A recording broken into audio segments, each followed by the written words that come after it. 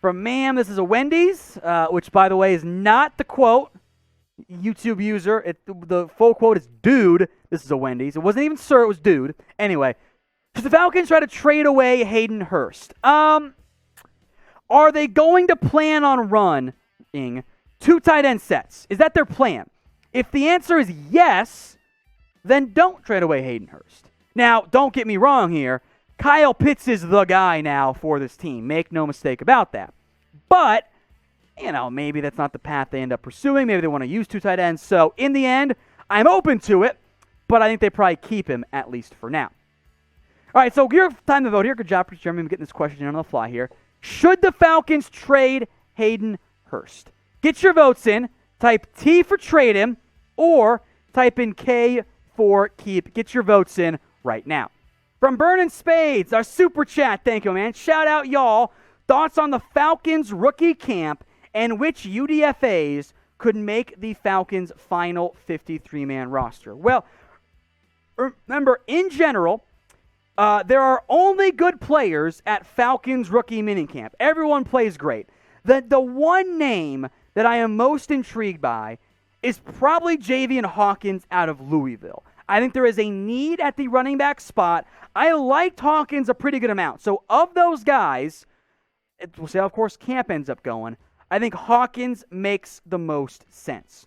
From Day, dark horse playoff team this year. Do the Cardinals don't count.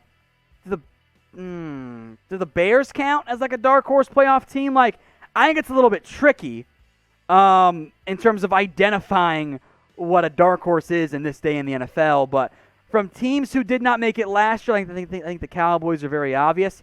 Does Minnesota count? Can I go with the Vikings? I'm going to go with Minnesota to that question. If I'm cheating, well, I'm sorry.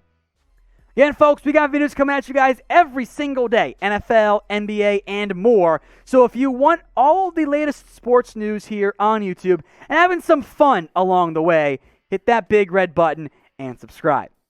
From Mark Pryor, if Russell Wilson, Aaron Donald, Julio Jones, and Harrison Smith all retired today, how many of them would be Hall of Famers? So Wilson's in. Aaron Donald's in. Julio Jones is probably in, but maybe on that one. Harrison Smith has a shot, but it's tough for safeties to get in. So of those 4, Harrison Smith has me the least confident in it. From AJ Evans, is Calvin Ridley a wide receiver 1? It's a good question. I think he could be a wide receiver 1. Contract-wise, he's probably going to get paid like one. From Maurice Mo Cox, will the Falcons be able to afford both Calvin Ridley and Julio Jones? They can if they want. Now, Ridley's going to be expensive. They have other contracts coming through in the not-too-distant future, so they might not want to invest 2 top-end receiver contracts, but they're good football players. In general, you simply pay the good guys. I think, however, Mo Cox, that might be a reason why the Falcons appear to be open to moving on from Julio Jones in a trade. So who do you want long-term? Not right now, let's say 5, 6, or 7 years. Who would you rather have? Get your votes in for me. Type CR for Calvin Ridley or type in JJ for Julio Jones. I think short-term it's probably still Julio, but Ridley was awesome this past year. He played really, really well. So get your votes in, CR or JJ. A super chat from Burnin' Spades. Just curious, which is the most overrated teams, also most underrated teams for the upcoming season for both you and Jeremy?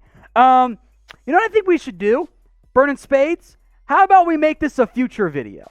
How about we do top overrated and top underrated teams in the future? So I'll keep that in mind. I know you're subscribed, so stay tuned for it.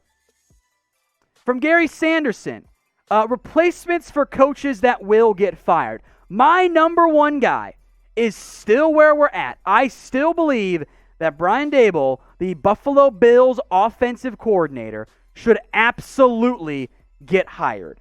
I truly believe That is the top candidate there. Then it's Eric Bieniemy. Yeah, I think Joe Brady is getting plenty of hype. Kellen Moore in a similar boat there.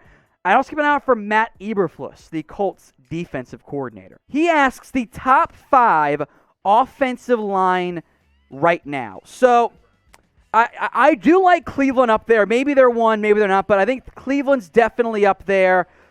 I think the Patriots are up there for sure. I think the Tampa Bay Buccaneers are up there. I feel if Eric Fisher's healthy, put the Colts in that conversation.